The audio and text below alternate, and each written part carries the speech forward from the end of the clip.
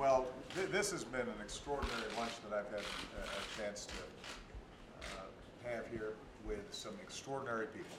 As all of you know, it has been one of my top priorities for us to bring about a more sensible, more effective approach to our criminal justice system, particularly when it comes to drug crimes. And part of that has been to try to make sure that we have, on the front end, sensible sentencing, rehabilitation, education, and training in prison to prepare people so that they're not going back to the old mistakes that they made before. Part of it has been to really reinvigorate our commutations and pardons process, because it is my strong belief that by exercising these presidential powers, I have the chance to show people what a second chance can look like, that I can highlight the individuals who are getting these second chances and doing extraordinary things with their lives. And this is just a small sample of individuals whose sentences were commuted, a couple by me, a couple by President Bush, a couple by President Clinton. They're all at different stages of this new chapter in their lives, but the stories are extraordinary. You've got individuals sitting around this table who are now attorneys themselves and raising children and about to get married. You've got folks who are inspirational speakers and working with those who are re-entering society after having done their time and helping people make adjustments. To my left, right here, just a good example, Philip Emmett, who lives in Iowa City. Philip, who served in our United States Army, was arrested and convicted of distributing methamphetamines, received a 27-year sentence. His wife, while he was in prison, had an accident that paralyzed her, had a small child at home, but Phil had the strength to do everything he could to get trained, to learn a whole bunch of systems, and ended up specializing in heating and air conditioning systems. He was commuted by President Bush, was able to find a job with the VA. Today is gainfully employed. His boss loves him. He's doing great work. Is at the same time caring for his wife, who's still disabled. Has been a terrific father. Is part of a Bible study group and a leader in the community. And this is an example of what we mean when we talk about second chances. And I could tell you just as compelling stories about everybody sitting at this table. So I wanted to have lunch with them in part so that I could hear their stories and be able to relay them to the American people, to make sure that folks are understood not just as a number, but these are individuals with families and children and parents who love them and have made mistakes but take responsibility for it. I also wanted to have this lunch to learn how can we improve the process of making sure that people, after they've served their time, can reintegrate into society effectively. And I've got some very interesting ideas about some of the barriers that we continue to put in place that make it harder for people to readjust and make it more likely that they get back in trouble. And we want to clear away as many of those barriers as possible. I will tell you that listening to their stories also reminded me of how out of proportion and counterproductive so much of our sentencing when it comes to our drug laws are, both at the federal level and the state level. And I am very grateful for the bipartisan conversations that have been taking place in Congress. I am still hopeful that we can get criminal justice reform done. It does not make sense for a nonviolent drug offender to be getting 20 years, 30 years, in some cases life imprisonment. That's not serving anybody. It's not serving taxpayers. It's not serving public safety, and it's damaging families.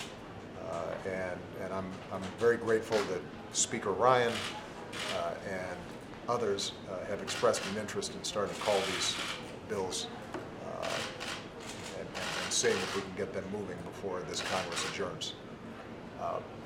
I am going to continue to emphasize the importance of pardons and commutations going forward. Today, we commuted 61 additional individuals who are deserving and who I believe will be looking at the people sitting here at this table as models and inspiration for what is possible in their lives. That will mean that at this point I will have commuted 268 sentences, which is more than the previous 6 presidents combined. But we're not done, and we're going to keep on working on this until I leave. It's something that I'm going to keep on working on even after I leave the presidency, because some of you know we had a Easter prayer breakfast with ministers, pastors from all around the country of all denominations, in which we read scripture and were reminded of Jesus' teachings. And at the heart of my faith, and what I believe is at the heart of the American ideal, is that we're all imperfect. We all make mistakes. We have to own those mistakes. We have to take responsibility and learn from those mistakes. But we as a society have to make sure that people who do take responsibility and own and learn from those mistakes are able to continue to be part of the American family. It's the right thing to do. It's the smart thing to do. And I just appreciate the testimony of all the people here at this table, because it gave me a great lift. It made me feel inspired. And I'm really, really proud of it. All right? Mr. President, what message would you have for employers who... No. I want to take this one. What message would you have for employers who perhaps would like to give people like the folks you're meeting with today a second chance?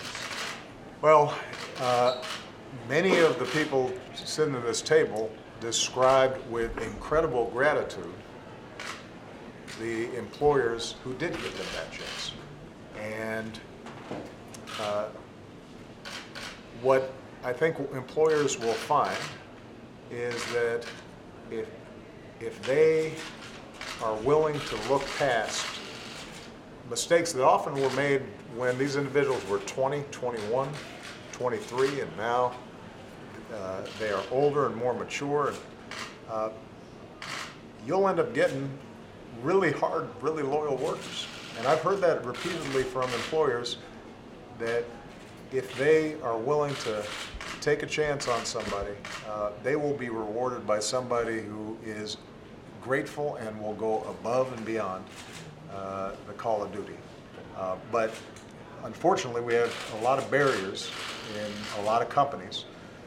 This is part of the reason why at the federal level we have instituted a banning of the box, because so often that prevents somebody from even meeting a fellow, because all they see is there's a record there and don't have a chance to hear somebody's story and get a measure of the man or the woman and their ability to do the job. I am very supportive of us generally eliminating that as a screening function. I think employers are going to have to